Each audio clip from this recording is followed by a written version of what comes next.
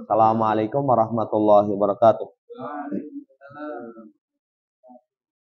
Innal hamdalillah nahmaduhu wa nasta'inuhu wa nastaghfiruh wa na'udzu billahi min shururi anfusina wa sayyiati a'malina. May yahdihillahu fala mudhillalah wa may yudlilhu fala hadiyalah. Wa asyhadu an la ilaha illallah wahdahu la syarikalah wa asyhadu anna Muhammadan abduhu wa rasuluh. Allahumma shalli ala Muhammad wa ala ali Muhammad. Ya ayyuhalladzina amanu taqullaha haqqa tuqatih wa la tamutunna illa wa antum muslimun.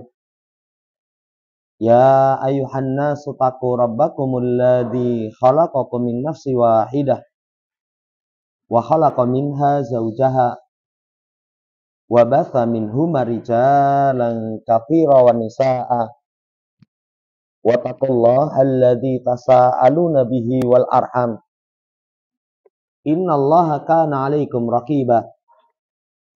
Ya ayyuhalladzina amanu taqullaha wa qulu qawlan sadida yusli lakum a'malakum wa yaghfir lakum dzunubakum wa may yuti'illaha wa rasulahu faqad faza fawzan 'azima. Amma ba'd, fa inna asydaqal hadits kitabullah wa khairal hadi hadi Muhammadin sallallahu alaihi wasallam. Allahumma anfa'na bima 'allamtana wa 'allimna ma yanfa'una wa zidna ilma. Ma'asyiral muslimin rahimani wa rahimakumullah. Melanjutkan pembacaan Al-Mulakhasu fi Syarhi Kitab Tauhid. Pembahasan terakhir termasuk kesyirikan, istighatsah kepada selain Allah, minta diangkat musibah yang menimpa kepada selain Allah, atau berdoa kepada selain Allah Subhanahu wa taala. Beberapa ayat dibawakan oleh penulis, kemudian terakhir dibawakan hadis riwayat Imam Tabrani dengan sanadnya. Ya, yang rijal sanadnya ini adalah rijalus sahih. Annahu kana fi zamanin Nabi sallallahu alaihi wasallam munafiqun yu'dil mu'minin. Bahwasanya di zaman Nabi sallallahu alaihi wasallam itu ada seorang munafik yang mengganggu kaum mukminin. Faqala ba'duhum, maka sebagian mukmin itu berkata, "Qumu bina nastaghitsu bi Rasulillah sallallahu alaihi wasallam min hadzal munafiqi." Ayo bangkit kita. Kita minta supaya diangkat gangguan dari munafik ini dengan Rasul sallallahu alaihi wasallam. Maka Nabi mengatakan, "Innahu la yustaghatsu bi wa innama yustaghatsu billah." Sesungguhnya tidak diistighosai denganku. Artinya, kalau seseorang pengen diangkat musibah itu bukan denganku, tapi istighosah itu dengan Allah Subhanahu wa taala. Hadis ini, saudara yang saya hormati, pelajaran yang bisa dipetik. Tidak beristighosah dengan Nabi Shallallahu Alaihi Wasallam. Padahal kondisi Nabi ketika itu masih hidup. Kalau misalkan gangguan munafik itu mereka minta kepada Nabi untuk dihentikan, Nabi punya kemampuan. Tapi Nabi Shallallahu Alaihi Wasallam mengatakan tidak dimintai istighosah denganku. Nanti akan diterangkan penjagaan tauhid. Kalimat-kalimat seperti itu supaya dihindari dengan kalimat istighosah. Yeah. Kalau Nabi Shallallahu Alaihi Wasallam masih hidup, beliau melarang. Apalagi Nabi SAW sudah meninggal. Kalau Nabi Shallallahu Alaihi Wasallam saja itu tidak diistighosai, beliau mengatakan la yustaghatsu bi, tidak minta diangkat musibah denganku. Apalagi dengan selain beliau. Kan sekarang banyak istighosah. Ya. Yang istighosah itu kadang dengan orang soleh yang telah mati. Dengan orang soleh yang telah mati. Dengan Nabi masih hidup di hadapan para sahabat. Nabi pun mengatakan, la yustaghosu bih. La yustaghosu bih. Ini tidak diperkenankan. Maka fa wa ghairuhu min babi aula. Selainnya lebih layak untuk tidak diperbolehkan. Ini yang pertama. Pelajaran yang kedua, al-irsyadu ila husnil lafzi. Meluruskan supaya seseorang itu ucapannya bagus. Ternyata kalimat itu dalam syariat diperhatikan itu. Ya, kalimat itu diperhatikan. Banyak sekali nanti nas-nas diarahkan kepada kalimat yang benar. Contohnya kalimat istighosah. Itu nggak layak untuk makhluk. Ya, itu tidak layak. Walaupun kalau memang maksudnya meminta pertolongan, lihat kisah Nabiullah Musa alaihissalam ketika orang Kipti berkelahi dengan Bani Israel. Ya, kemudian orang Bani Israel ini minta tolong kepada Nabiullah Musa. Fastaghosahu. Bahasanya istighosah. Ya, tapi untuk penjagaan tauhid itu lafaz-lafaz yang seperti itu dihindari. Lafaz-lafaz yang seperti itu dihindari. Kalau minta tolong sama orang, apa boleh dengan bahasa, ayo kita berdoa kepada si fulan. Padahal doa itu permintaan. Permintaan. Kalau orang ya jangan doa. Apa bahasanya? Ayo kita minta tolong. Dalam batas yang dimampui oleh makhluk. Ini hati-hati penggunaan lafaz. Hati-hati penggunaan lafaz. Nanti sampai dalam ayat itu, ya, saudara yang saya hormati, banyak nantilah. Lafaz-lafaz itu harus kita waspadai. Contoh, kayak pernah kita ingatkan. Ucapan Nabiullah Ismail alaihissalam. Ya. Ketika orang tuanya menyampaikan kepada beliau, melihat dalam mimpinya hendak menyembelih. Apa ucapan Nabiullah Ismail? If'al matu'mar satajiduni insyaallah minas sabirin. Ini saya pernah sampaikan. Insyaallah minas sabirin dengan minas sabirin insyaallah. Beda itu. Itu beda. Padahal cuma dibalik ya. Kalau insyaallah dahulu, di situ ada permohonan tolong. Di situ ada kehendak Allah itu yang pasti terlaksana. Kehendak makhluk ikut kepada kehendak Allah Subhanahu wa ta'ala. Nah ini hati-hati, perbagus ucapan kita. Perbagus ucapan kita, sampai para ulama itu terangkan, ucapan orang yang faham tauhid berbeda dengan orang yang awam. Berbeda dengan orang yang awam. Salah satunya ketika mereka mengatakan, hayo nastaghitsu bi Rasulillah innahu la yustaghatsu bi. Kalau misalkan, hayo kita sampaikan kepada Rasul biar munafik ini diingatkan, mungkin masih pas. Wallahu taala alam. Pelajaran yang ketiga, menutup pintu yang mengantarkan kepada syirik. Semua perkara yang membawa kepada syirik dalam syariat kita itu tidak diperbolehkan. Memuji berlebihan, nggak boleh. Menghormati berlebihan, kayak kisahnya Mu'ad. Pulang dari Syam, sujud kepada Nabi. Nabi larang. Itu wasilah syirik. Kemudian kuburan dibangun, tidak diperbolehkan. Kemudian beribadah di samping kubur. Apalagi keyakinan ibadah di situ lebih khusyuk, lebih tenang, tidak diperbolehkan. Karena semuanya itu merupakan wasilah kepada kesyirikan. Ini yang ketiga. Yang keempat, masru'iyatu sabri alal adha fillah. Disyariatkan sabar atas gangguan pada jalan Allah Subhanahu wa ta'ala. Orang taat diganggu. Apalagi kebiasaan orang munafik semenjak zaman dahulu itu menyakiti kaum muslimin. Itu semenjak zaman dahulu. Jangankan kaum muslimin, Rasul saja disakiti. Lihat kisahnya Abdullah bin Ubay bin Salul. Ketika di medan perang, ikut perang itu. Itu mengatakan, lain roja'na ilal madinati.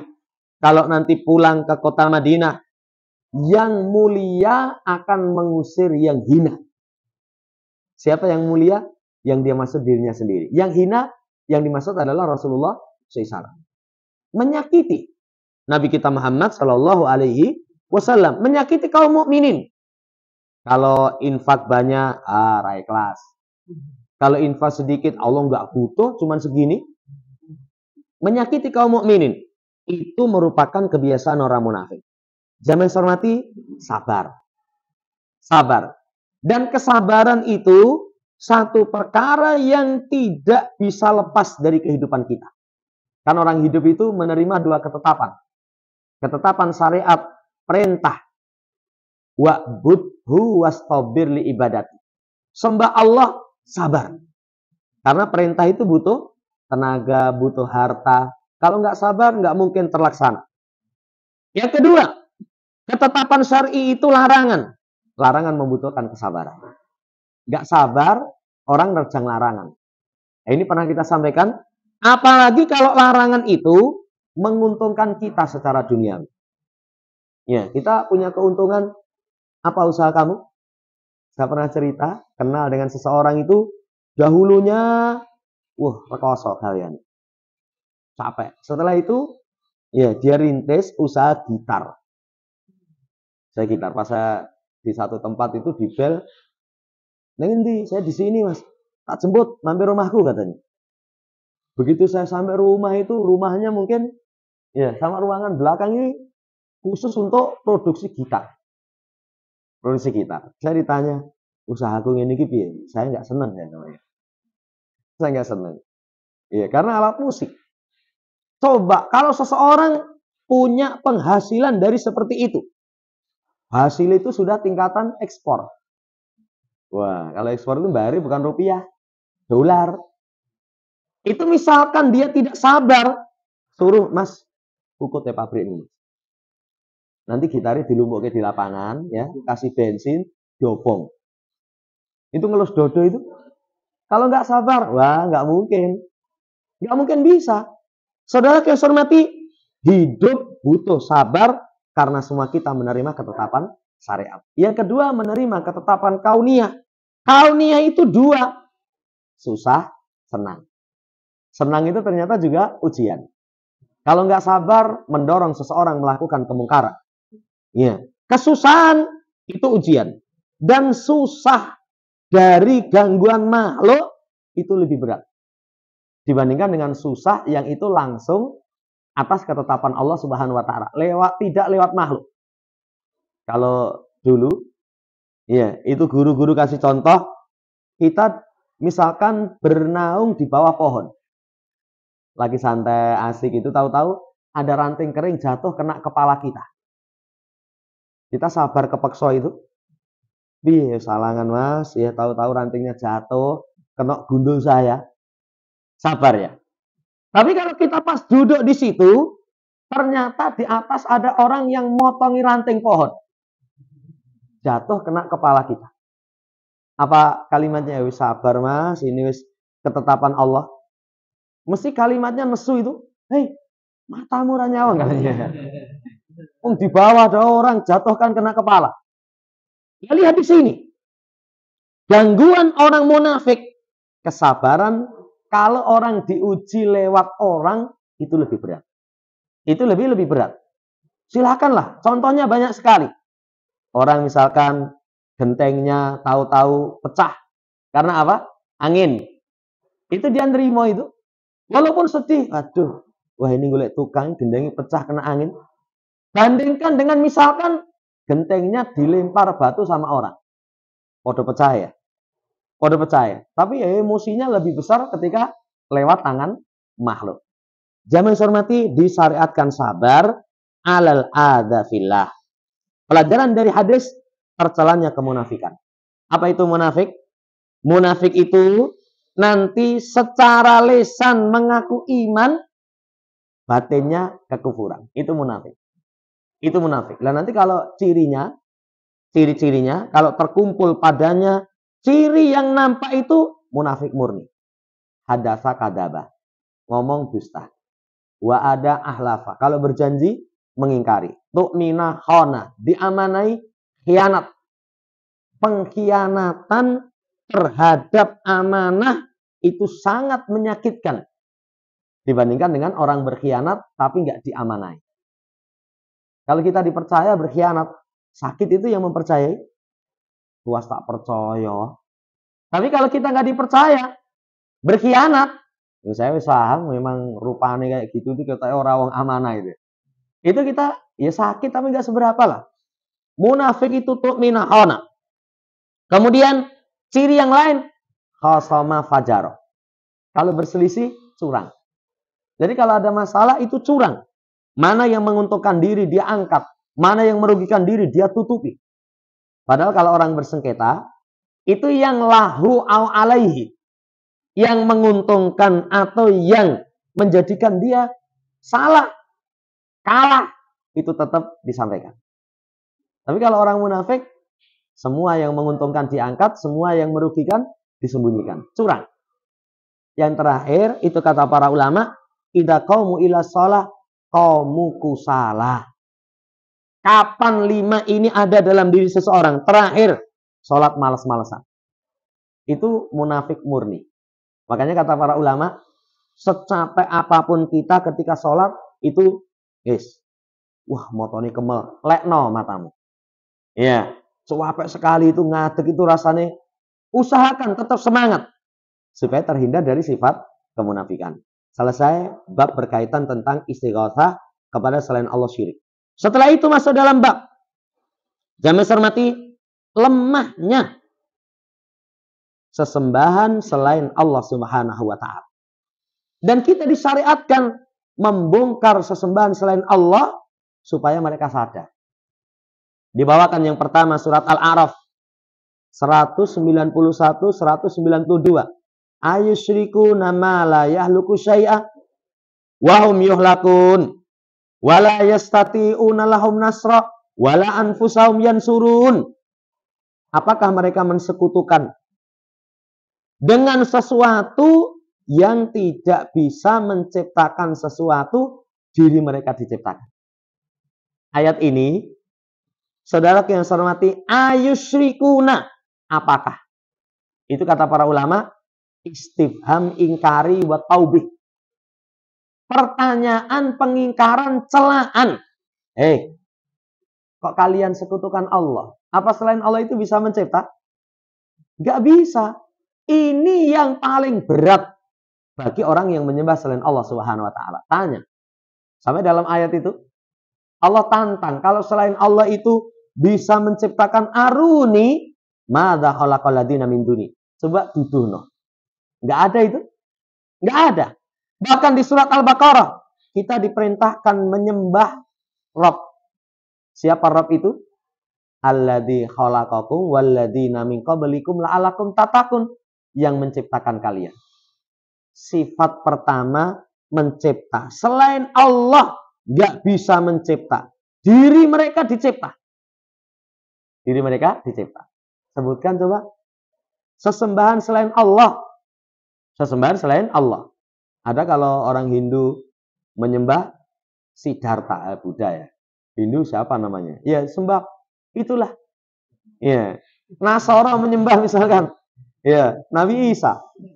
Semuanya itu dicipta.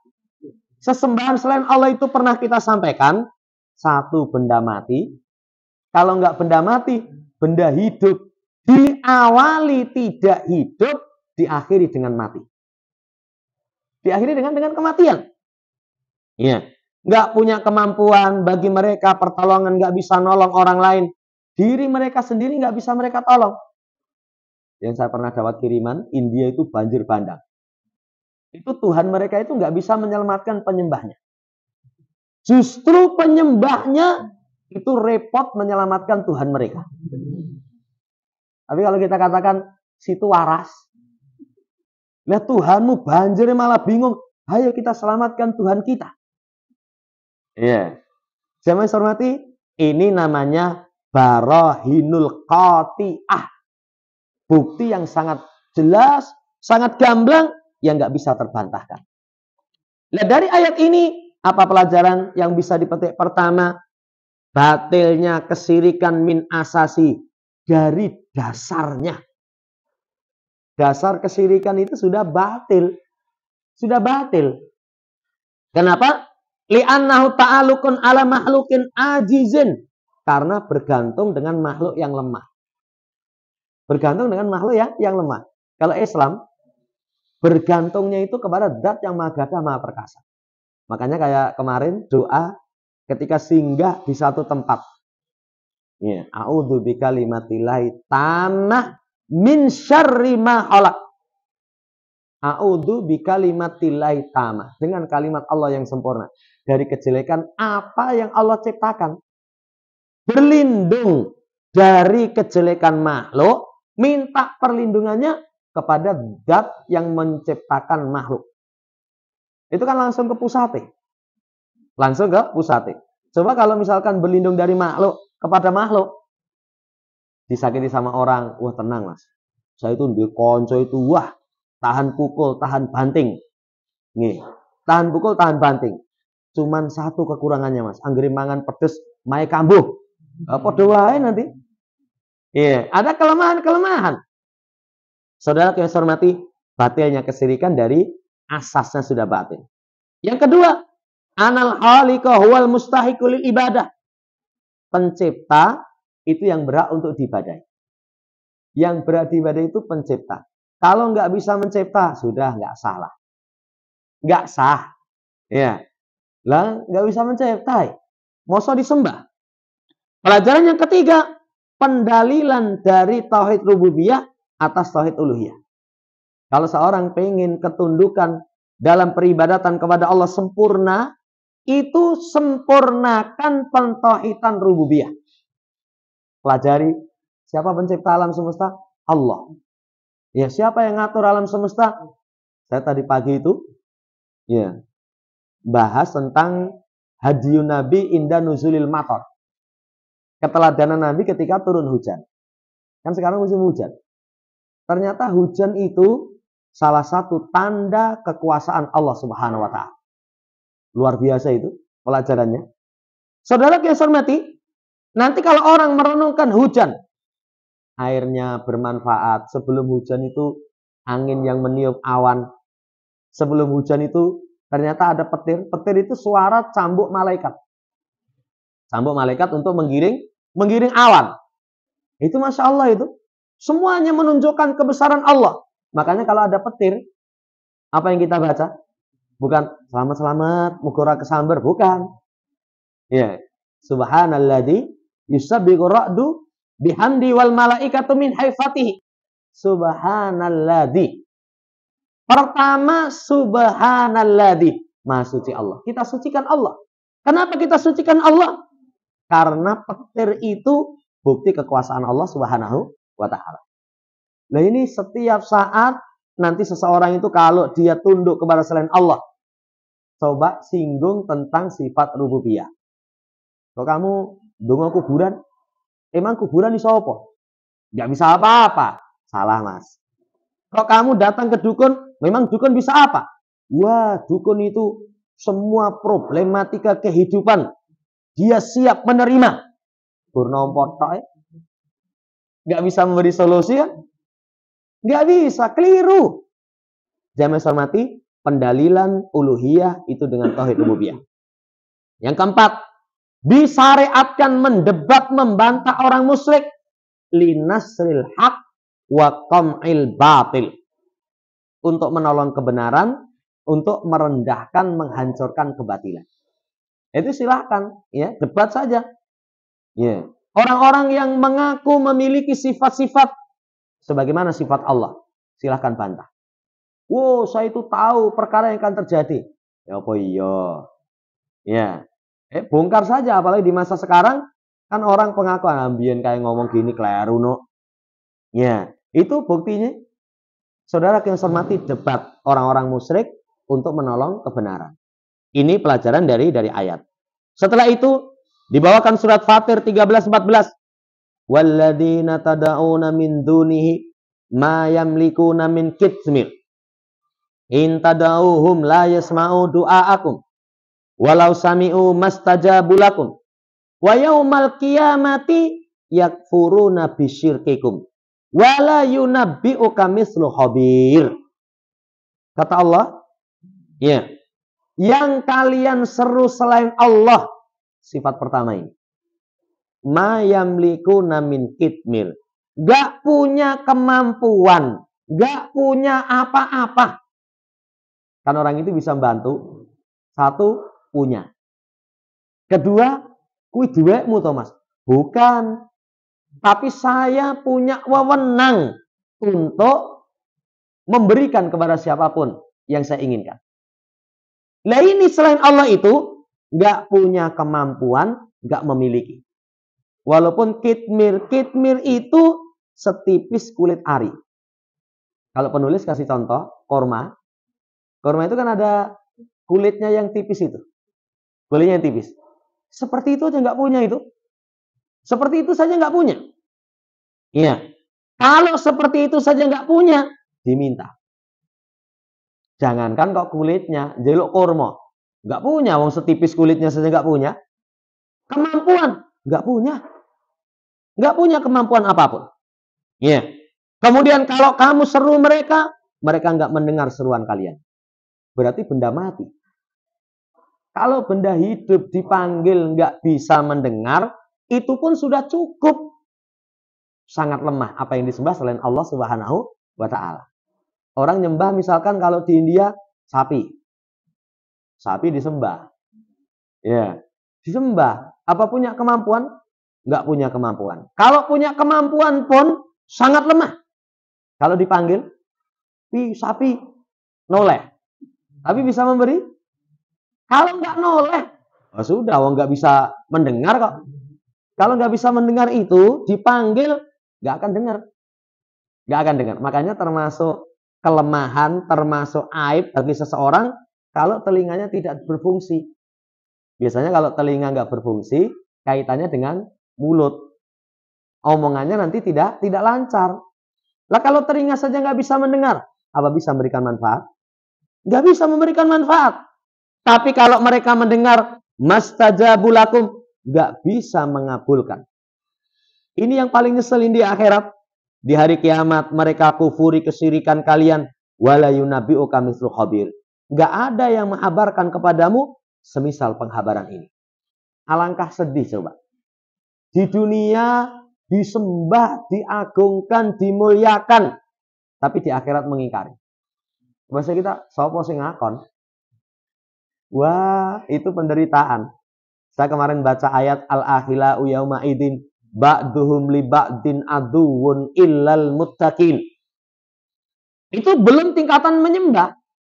Al-Akhila, teman akrab, orang yang dia cintai, itu nanti kalau bukan orang yang bertakwa, pada hari kiamat menjadi musuh. Musuh dari teman akrab lebih menyakitkan. Makanya kalau orang awam, mantan itu lebih menyakitkannya. Ya, dulu dicinta, disayang, setelah itu nggak bersama. Kalau mantannya seneng, dia sakit hati. Kalau mantannya itu menderita, rasakno kualat karo aku katanya ya. Coba, ini disembah, bukan hanya akhila. Saudara yang saya hormati, buruknya peribadatan kepada selain Allah Subhanahu wa Ta'ala. Ayat ini sama seperti sebelumnya. Kesyirikan itu batil. Ya, batil. Dengan dalil yang pasti. Wal burhanul wabih. Penjelasan yang sangat gamblang. Gamblangnya kebatilan kesyirikan itu melebihi matahari di siang bolong. Matahari di siang bolong, gak ada yang mengingkari. Kecuali satu orang buta. Kedua, orang pura-pura buta. Ya, kalau orang buta, matahari ini wah terang sekali. Ndi-ndi. Lah matamu nyawang. Buta kan? Gak bisa melihat. Tapi kalau misalkan matanya bisa melihat. Ndi-ndi. Wes rasa jarang bukan orang kayak gitu. Kalau pura-pura buta. Saudara yang saya hormati. Kesyirikan itu batil. Bidalilil qati. Wal burhanil wadih. Yang kedua. Syarat yang wajib terpenuhi. Ketika didoai. Ketika dimintai menghilangkan musibah. Apa syaratnya? Pertama, mulkuhu limatulibaminu. Punya. Syarat yang diminta itu harus punya. Kalau nggak punya dimintai, ya bagaimana mungkin bisa memberi? Mas, kayak duit. Orang duit, nggak bisa memberi ya? Iya, ini yang pertama. Yang kedua, sima'uhu li du'a iman da'an da'ahu. Mendengar doa orang yang berdoa kepadanya. Kerungu. Bisa memberi itu mendengar dulu. Kalau nggak bisa mendengar, nggak mungkin bisa memberi. Misalkan punya. Mas, jimukno sapu. Duwe sapu, punya. Ning ora krungu. Nggak mungkin itu diambilkan sapunya. Kalau nggak dengar, diambilkannya keliru. Wong suruh ngambilkan sapu kok ngerti-ngerti bawahnya tahu. Lah nggak dengar kok. Itu yang kedua. Yang ketiga, al-qudrah ala ijabati. Kemampuan untuk memberikan. Misalkan punya, misalkan dengar, tapi nggak punya kemampuan. Nggak bisa. Nggak bisa, apalagi nggak punya, apalagi nggak mendengar. Saudara yang saya hormati, syarat yang harus terpenuhi ketika seseorang itu dimintai 3 ini. Ternyata yang punya cuman Allah. Yang maha mendengar, sering itu kita akhiri dengan kalimat ketika kita berdoa. Innaka antas sami'ud du'a. Ya Allah, sesungguhnya engkau as-sami. Zat yang maha mendengar. Sami'ud du'a. Mendengarkan doa. Allah maha mendengar. Kemudian kemampuan untuk mengabulkan. Jangan tanya. Allah itu sesuatu yang menurut kita nggak mungkin Allah mampu itu. Allah maha mampu. Allah maha mampu. Sekian bukti di muka bumi. Para nabi, para rasul. Kemudian orang-orang soleh. Itu dengan doa Allah maha mampu untuk bisa melakukan. Kayak kalau orang soleh yang terperangkap dalam gua. Itu secara pertimbangan logika. Ketutup batu itu. Didorong, wah angel itu. Iya, sulit. Allah maha mampu untuk bisa menggerakkan batu. Bayi berbicara. Saudaranya Juret yang satu. Ya, itu kan Juret itu dituduh berbuat zina. Berbuat zina. Beliau berdoa kepada Allah, ya Allah, buktikan saya nggak berbuat zina. Anak itu ditanya bisa ngomong itu? Bisa ngomong, padahal bayi ngomong. Wah, nggak mungkin. Nggak mungkin. Jangan hormati, sesuatu yang tidak mungkin saja Allah maha mampu. Allah maha mampu. Ini pelajaran yang kedua. Yang ketiga, akidah itu mabnaha alal burhani wal yakin. Ini penting ini. Akidah itu pondasinya di atas kejelasan keyakinan. Kejelasan keyakinan. Kalau seseorang memiliki akidah, tapi akidahnya ala dhon wa ta'arrus, sekedar persangkaan, sekedar kira-kira, sekedar diada-adakan, itu jelas menyimpang. Karena ada akidah di masyarakat kita, itu kira-kira. Kira-kira. Oh, sampai nama saja, ya, samaitumuha antum wa aba'ukum. Nama sesembahan selain Allah itu kadang yang bikin penyembahnya. Saya waktu baca ayat itu teringat di kampung saya itu dulu ada punden pedanyangan. Wah, zaman cilik itu wedi, jangan kono itu sing nunggu itu nogo katanya. Jadi ndase itu di situ, buntut itu di sana itu katanya. Wah, ngeri lah. Ya, ada pohonnya ya. Kemudian dikasih nama, apa namanya itu? Kiai Demang Poncowilogo. Wah, jenenge sangar. Iya. Lah ternyata setelah dicek, siapa yang kasih nama? Dukun itu. Yang kasih nama dukunnya. Saudara yang saya hormati, namanya saja antum yang kasih nama. Ya, sama itu wa antum wa aba'ukum ma anzalallahu biha min sultan. Allah enggak turunkan ilmu. Ini akidah dibangun di atas jelas keyakinan. Makanya Islam itu enggak ada remang-remang. Enggak ada remang-remang. Pembahasan akidah itu Masya Allah. Kalau seorang mengkaji Islam dengan pengkajian yang benar, nanti dia akan tahu. Memandang sesuatu, oh itulah jelas. Jelas. Jamaah hormati, ini pelajaran yang ketiga. Jadi bukan persangkaan, bukan taklid buta, bukan hanya kira-kira, bukan diada-adakan. Pelajaran yang keempat, ditetapkan ilmu biawaqibil umur. Akhir kesudahan segala sesuatu itu Allah Subhanahu wa taala yang Maha tahu. Makanya wala yunabbi'uka mithlu khabir. Termasuk kelak di hari kiamat yang menyembah dan yang disembah itu saling mengkufuri. Padahal urusan hari kiamat kan sokben. Ya, sokben. Kita taunya dari wahyu. Makanya kalau orang bicara tentang perkara yang akan datang tanpa wahyu, salah. Tanpa wahyu, salah. Karena itu ilmunya di sisi Allah Subhanahu wa taala. Ya.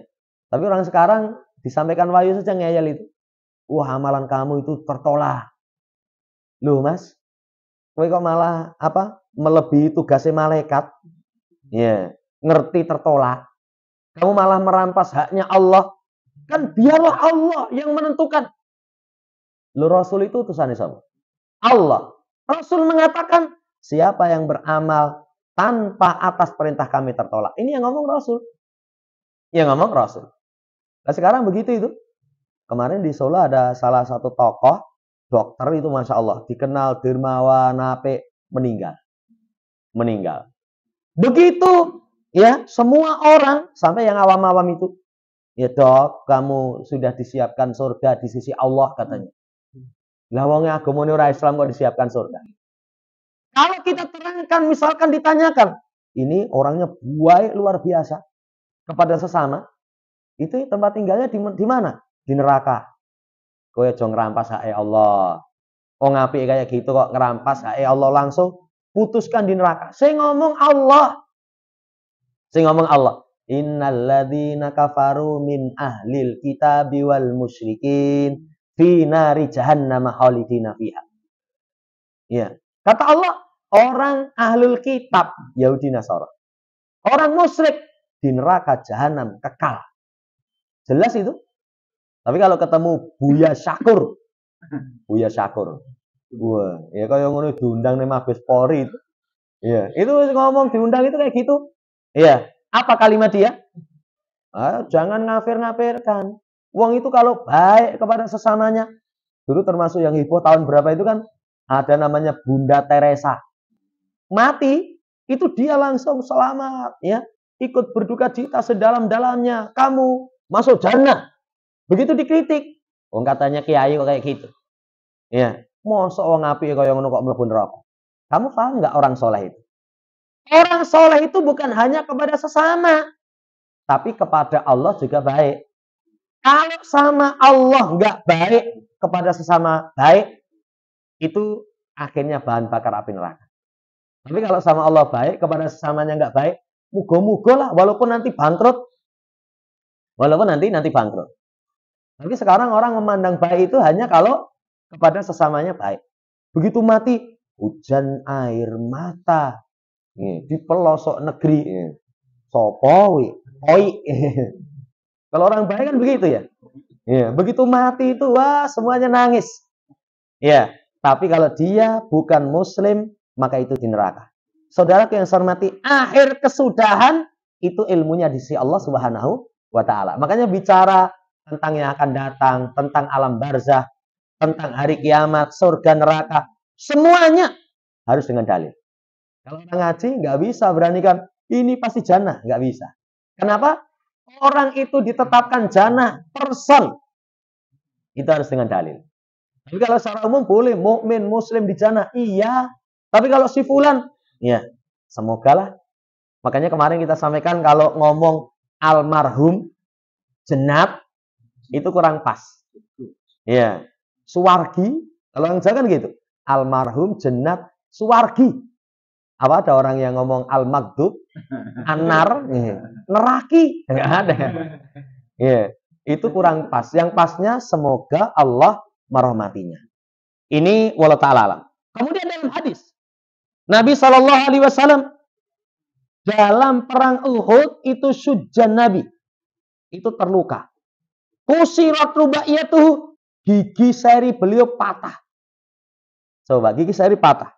Apa kata Nabi? Kaifa yuflihu qaumun syajju nabiyahum. Bagaimana mungkin satu kaum akan beruntung kalau mereka berani melukai nabinya? Kalimat Nabi ini kowe nglarani Nabi sengsara saklawase. Enggak akan beruntung. Allah langsung tegur itu, laisalaka minal amri syai'. Muhammad bukan urusanmu. Bukan urusanmu. Ya. Perhatikan, sekelas Nabi sallallahu alaihi wasallam saja enggak punya kemampuan. Enggak punya kemampuan. Orang jelek itu langsung kualat saklawase. Enggak itu. Tidak ada punya kemampuan. Ya, hadis ini apa pelajarannya? Syirik itu batil dengan wali, dengan orang soleh. Kalau Nabi saja nggak punya kemampuan, apalagi selain Nabi. Apalagi selain Nabi. Sekarang gitu itu. Wow, kamu membenci duriah Nabi. Neraka weh. Ya, membenci duriah Nabi. Saudara yang saya hormati, ya mungkin saja kalau sampai mati misalkan benci, nggak tobat, bisa. Tapi akhir kesudahan, siapa yang tahu? Tidak ada yang mengetahui. Makanya kalau seorang bergantung dengan para wali, orang soleh, keliru. Karena Nabi saja, la yamliku minal amri syai'. Nggak punya kemampuan dalam urusan sedikit pun. Ya, apalagi selainnya. Selainnya lebih nggak punya. Nabi saja nggak punya kok. Yang kedua, wuku'ul asqam wal ibtila bil anbiya. Nabi juga bisa sakit. Nabi juga bisa terkena musibah. Alaihim sholatu wassalam. Bahkan sakitnya Nabi itu lebih keras. Kan nanti diterangkan dalam hadis, asyadul bala al-anbiya sumal amsal. Seberat-berat ujian itu para nabi. Baru semisalnya. Demamnya Rasul itu keras, itu panasnya. Sampai ada yang istri beliau atau putri beliau pegang. Rasul panas sekali. Iya. Karena aku itu kalau demam 2 kali lipat. Jadi manusia biasa. Nabi bisa sakit. Nabi bisa sakit. Apa pelajaran yang bisa dipetik? Kalau Nabi bisa sakit, berarti Nabi nggak memiliki sifat ketuhanan. Nggak memiliki sifat ketuhanan. Bisa sakit kok. Kalau Nabi itu bisa sakit, berarti Nabi manusia seperti kita. Manusia seperti kita. Jangan hormati, tertimpa ujian para Nabi. Apa pelajarannya? Kalau Nabi tertimpa ujian, berarti ujian musibah sakit itu belum tentu orang yang jelek. Belum tentu orang yang jelek. Makanya, saudara yang saya hormati, seseorang itu jangan tertipu dengan kehidupan dunia. Nanti ada ayat. Fala taghurannakumul hayatud dunya. Jangan tertipu dengan kehidupan dunia. Dunia itu cuma 2. Mesem, merengut, guyu, nangis. Senang, susah. Kapan seseorang supaya nggak tertipu? Ketika senang, 2.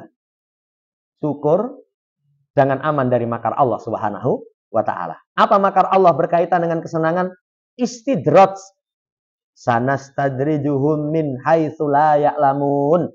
Istidraj itu dilulu. Dilulu itu seperti orang yang menggemukkan kambing atau sapi. Jadi pangani lemu gizi gitu. Setelah lemu melaku itu abot itu, ayo dibelah. Ya, itu istidraj. Yang kedua, kalau seseorang mendapatkan musibah, jangan tertipu. Sikap ketika mendapatkan musibah 2. Satu, sabar. Yang keduanya, jangan putus asa dari rahmat Allah Subhanahu wa ta'ala. Karena apa? Musibah itu kemungkinannya 2. Satu, sebagai balasan kemaksiatan kita. Kalau kita sabar, dosa kita hapus. Yang kedua, mengangkat derajat. Cuman kalau kelasnya kita, ketika mendapatkan musibah, jangan langsung ambil poin yang kedua. Wah, masalah terus, loro terus itu. Wah, itu mau ngangkat derajat saya. Terlalu pede. Kalau sikap kita yang pertama, astagfirullah, maksiat pokok ya Allah. Itu sikap kita. Tapi kalau kita sudah cek gitu, wah kita seorang maksiat itu. Nah justru orang maksiat itu maksiat. Ya, merasa tidak maksiat itu maksiat. Kata Nabi, kalau kalian tidak terjatuh dalam perbuatan dosa, saya khawatir terjatuh dalam dosa yang paling besar. Al-ujebu. Rumong sapi. Coba bahasa-bahasa rumong sapi itu dihindari. Yang kalau di umum itu, wah rezeki anak soleh. Remangsa dirinya baik. Itu banyak orang itu. Saya kapan itu dapat orang ngomong, cuman saya nggak berani mengingatkan. Jadi dia memiliki pasangan baik, itu kata dia, apa ini balasan karena kebaikan saya ya? Balasan karena kebaikan saya. Kalau itu seperti itu, bahaya itu, ujub itu. Ya, harusnya apa? Wah, saya diuji itu. Rupaku elek ini bojoku ayu nih. Itu ujian bagi saya. Karena ada itu, pasangan itu ujian. Kita biasa, pasangannya bulat-bulat. Kalau kita bersyukur, masuk jannah, istri kita bersabar. Sabar, jadi bojoku itu rupane ya. Bisa masuk jannah ya? Ya. Jamaah hormati, ini kehidupan kita. Jadi Nabi bisa sakit, bisa mendapatkan ujian. Ujian itu bukan bukti penghinaan, tapi sekali lagi ada kemungkinan mengangkat derajat. Yang kedua, wajib mengikhlaskan ibadah. Karena semua urusan itu milik Allah. Kalau semua urusan milik Allah, berarti peruntukkan semua ibadah hanya kepada Allah. Selain Allah nggak punya kemampuan. Ketiga, disyariatkan sabar. Wa tahammulil ada wa doror fi sabili da'wati ilallah.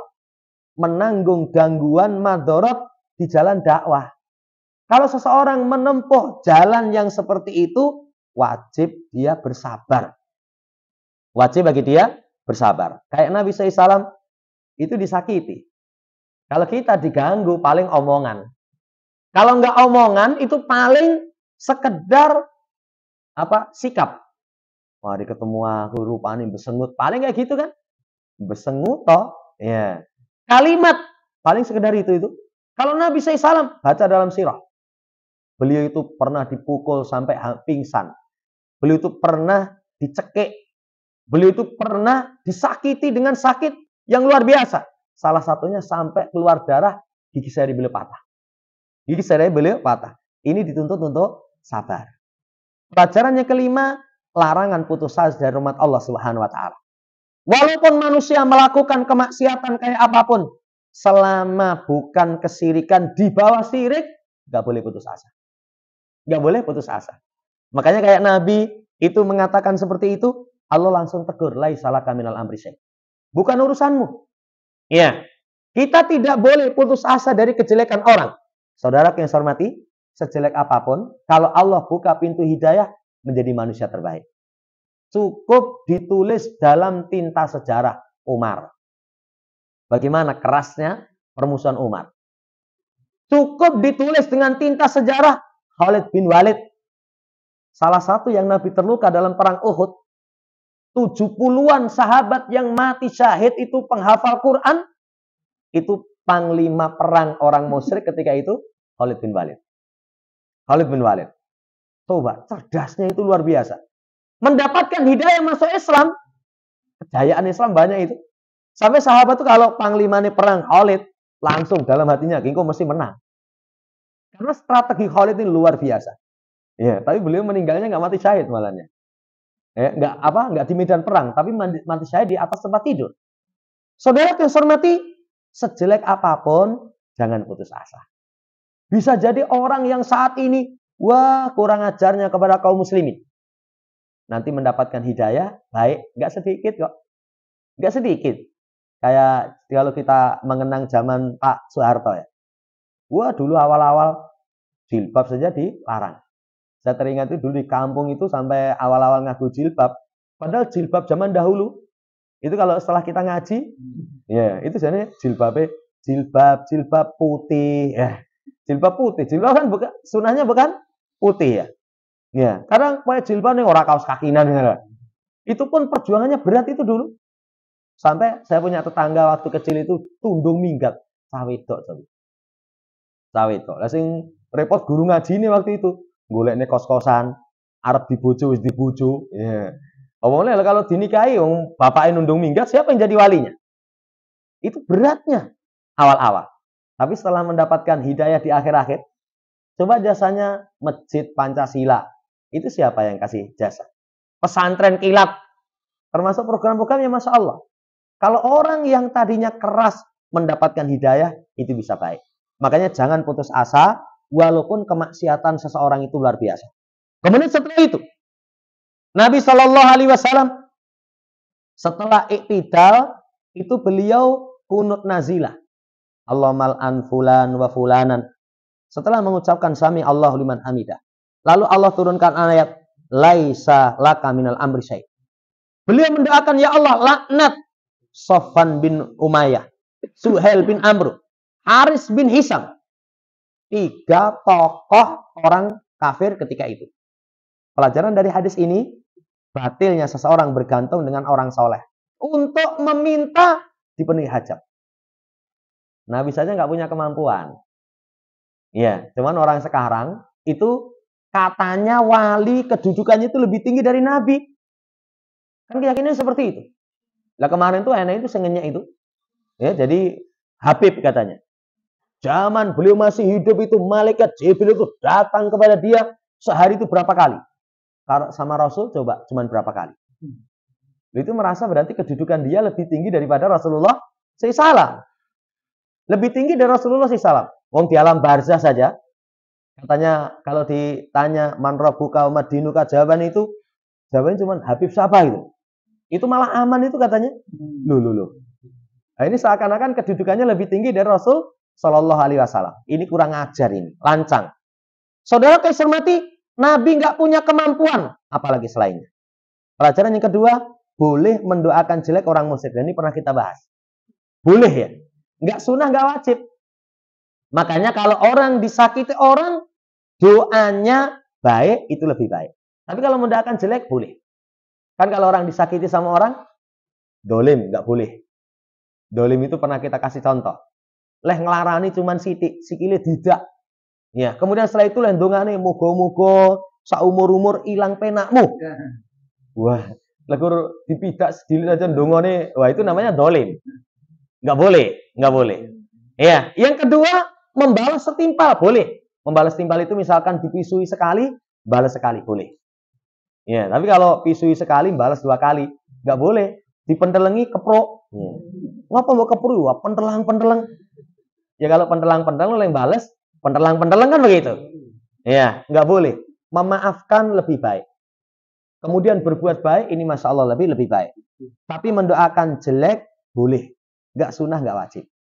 Kemudian dari hadis ini dalil menyebut nama orang kafir ketika sholat, ketika kita doakan itu nggak mempengaruhi sholat. Misalkan ya Allah laknat siapa itu presiden Yahudi itu, disebutkan namanya. Ya, kita kunut nazilah 5 waktu setelah iktidal rakaat terakhir kita angkat tangan.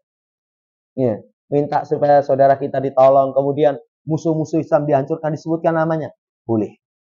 Kemudian terakhir, imam itu mengumpulkan antara sami Allahu liman hamidah Rabbana walakal hamd. Itu dua-duanya baca. Tapi kalau makmum itu sebagian ulama mengatakan cukup membaca Rabbana walakal hamd. Ini, wallahu ta'ala alam, ini dulu yang bisa kita baca. Insya Allah nanti masih ada beberapa nas yang dibawakan oleh penulis berkaitan tentang selain Allah Subhanahu wa taala nggak punya kemampuan. Demikian, masih ada sedikit waktu.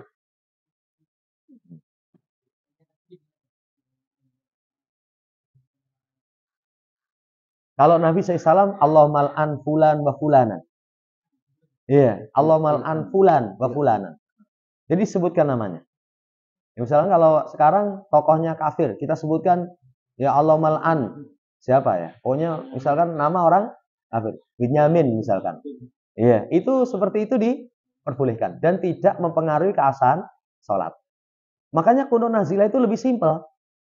Termasuk yang dikritik oleh para ulama itu kunut nazilah dengan doa kunut witir. Allahumma hadina fiman hadait, wa afina fiman afait. Itu doa kunut witir. Kalau kunut nazilah itu Nabi ringkes. Coba lihat doa kunut nazilah Nabi. Itu cuma pendek-pendek. Ya. Kemudian ada kebanyakan kunut nazilah itu ditutup dengan wassallallahu ala nabiyina Muhammadin. Itu hadisnya nggak sahih. Tapi kalau orang praktek kunut nazilah itu simpel. Ya, taruhlah 2 patah kata saja. Allah mansur ihwanana al-muslimina fi Palestin wa fi kulli makan. Ya, Allahumma damir a'da'aka wa a'da'ad-din. Allahu akbar. Dungone kok cendak aman. Ya cendak itu dikabulkan sudah masya Allah. Nazilah itu justru doanya sangat ringkes, tapi dalam sholat 5 waktu. Wallahu ta'ala.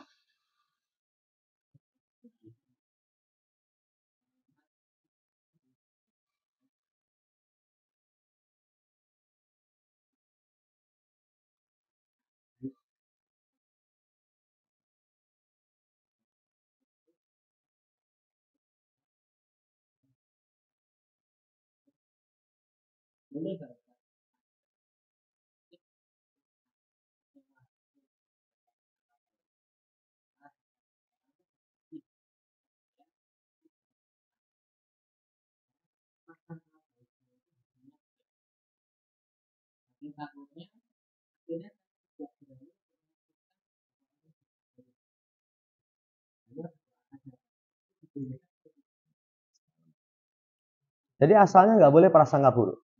Kan di surat apa itu?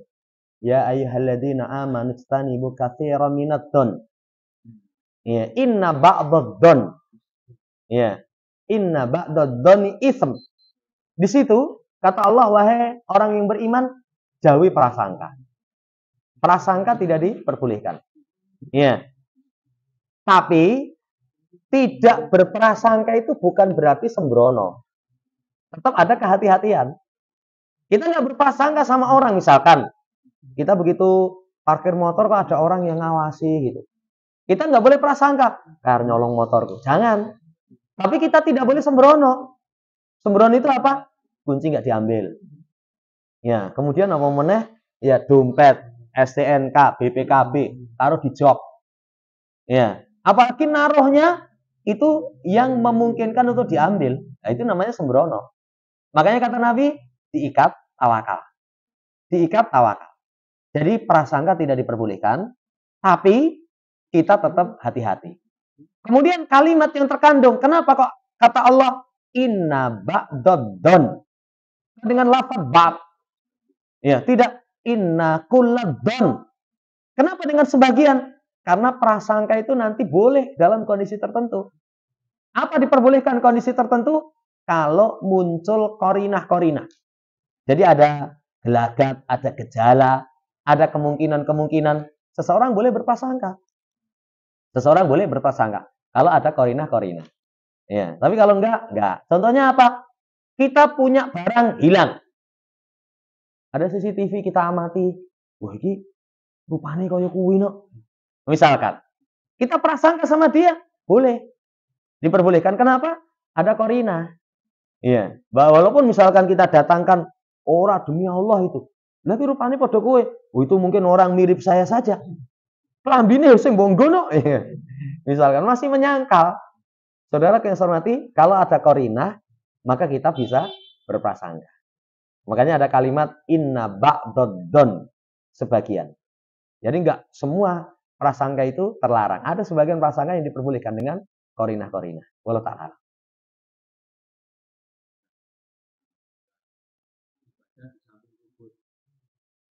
Kalau batasnya masjid sama kuda itu batasnya beberapa atau ada jalan. Saya pernah ditanyai, ya kan masjidnya Bangil ya kuburan Rasul gitu. Jadi pertama, kalau misalkan ini area masjid, ini sekitar. Kalau kuburan itu dalam masjid, kapan bangunan dikatakan masjid? Pokok itu bangunan masjid. Kalau sudah tersekat, itu berarti di luar masjid. Berarti WC itu bukan masjid, itu area masjid. Halaman itu bukan masjid, itu area masjid.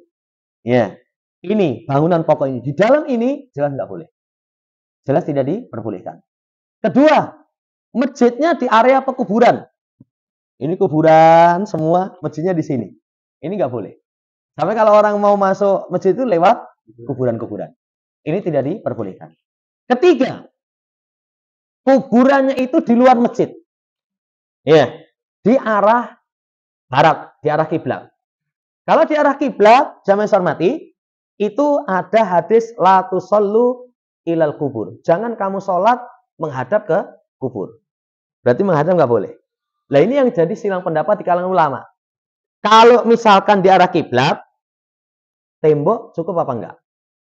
Sebagian ulama berpendapat cukup. Seperti Syekh Mukbil, itu salah satu ulama negeri Yaman waktu itu memperbolehkan di fatwa beliau. Makanya dulu Syekh Surem atau siapa itu ngimami di Masjid Agung. Masjid Agung Solo. Masjid Agung Solo itu, ini tembok, belakangnya itu kuburan. Saya pernah cek. Sebelah sini kiai, sebelah sana itu wayahnya keraton. Nah, itu kalau sudah ada satu tembok, kalau pendapat sebagian ulama boleh. Tapi sebagian ulama yang lain seperti Syekh Muhammad Rashin Albani itu nggak boleh kecuali 3. Tembok masjid, jalan umum, tembok kuburan. Itu pendapat beliau. Ya kalau saya, ya silahkan. Kalau misalkan paling aman, seperti apa yang disampaikan oleh Syekh Muhammad Rashin Albani. Wallahu ta'ala. Tapi kalau ini masjid samping sini, selama masjid ini bukan di area pekuburan, terpisah, wallahu ta'ala berarti boleh. Kayak di daerah mana itu, saya kemarin mampir ini masjid, gini nih. Jadi masjidnya ini gini. Ini kuburan. Boleh apa enggak? Ya kalau ini tanahnya itu sudah tanah di luar pekuburan, asalnya boleh. Tapi kalau tanah ini masuk area pekuburan, orang masuk sampai lewat kuburan dulu, itu tidak diperbolehkan. Allah Ta'ala. Lalu buat mereka masjid Nabi di kuburan Nabi di Masjid Nabawi. Itu nggak paham. Kalau paham, kan rumahnya Nabi itu dulu ini mimbar sebelah sana. Nah, ini mimbar, ini raudhah, setelah itu rumahnya Aisyah. Ya, Rasul itu dikubur bukan di masjid, tapi di rumah Aisyah. Di rumahnya Aisyah, dikubur Rasulullah, Abu Bakar, Umar di rumah Aisyah. Baru setelah perluasan Masjid Nabawi, dan itu perluasan tidak pada kurun mufaddalah. Tidak kurun Abu Bakar, sahabat, tabi'in, tapi setelahnya.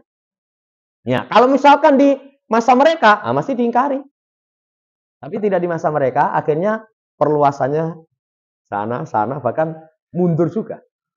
Akhirnya rumahnya Aisyah itu masuk dalam area masjid.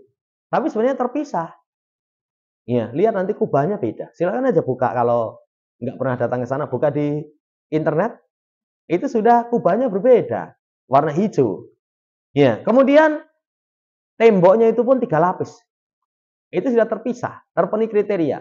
Belum lagi di situ dijaga oleh askar-askar.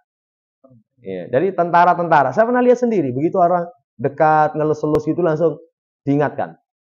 Ya karena kadang orangnya nggak paham bahasa Arab, ya cuman kata askarnya haram, la yajuz. Ya, cuman begitu toh, haram, nggak boleh. Jangan hormati, ning sing ngayal ya ono.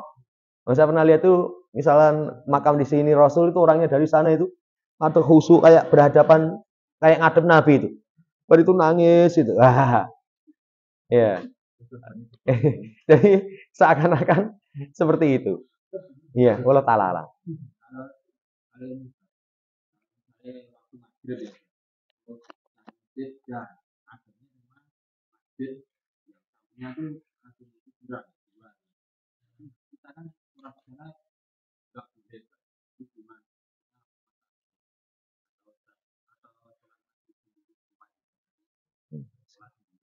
Jadi saya condong kalau itu sudah di luar area masjid, boleh.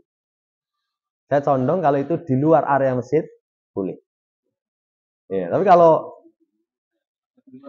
ya, di Masjid Riyadh, kalau itu di depannya itu, sebenarnya bukan di masjid itu, di luarnya. Iya, iya.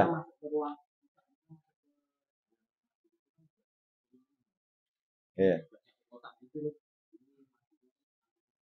Walau ta'ala lah. Kalau saya di luar masjid itu masih condong boleh. Condong boleh. Tapi kalau di dalam masjid sudah enggak diperbolehkan. Tapi kalau keyakinan masjid ini lebih afdol karena di sini ada kuburannya ini, wah itu sudah pintu kepada kesyirikan. Allah ta'ala lah. Ya. Iya, tapi kalau Syalbani itu keras beliau. Jadi pendapat beliau harus 3 lapis. 3 lapis. Itu wallah ta'ala. Tapi kalau pengen hati-hati ya sudah cari yang lain. Tapi kalau misalkan sependapat dengan ulama yang lain seperti saya mobil satu tembok boleh. Masjid Agung itu berarti boleh. Pokoknya dulu pas saya surem itu saya ingat sekali. Cuman ada yang bahas gitu, ada yang selesai ngimami itu kan ada pertanyaan-pertanyaan itu. Ya itu salah satu tanyanya katanya ada kuburannya. Cuman jawaban beliau mana kuburannya? Ya, cuman zaman dulu nggak model direkam. Kalau direkam bisa kita cek lagi. Allah ta'ala. Cukup? Demikian yang bisa kita sampaikan, kurang lebihnya mohon dimaafkan. Subhanakallahumma rabbana bihamdika asyhadu an la ilaha illa anta astaghfiruka wa atubu ilaik. Assalamualaikum warahmatullahi wabarakatuh.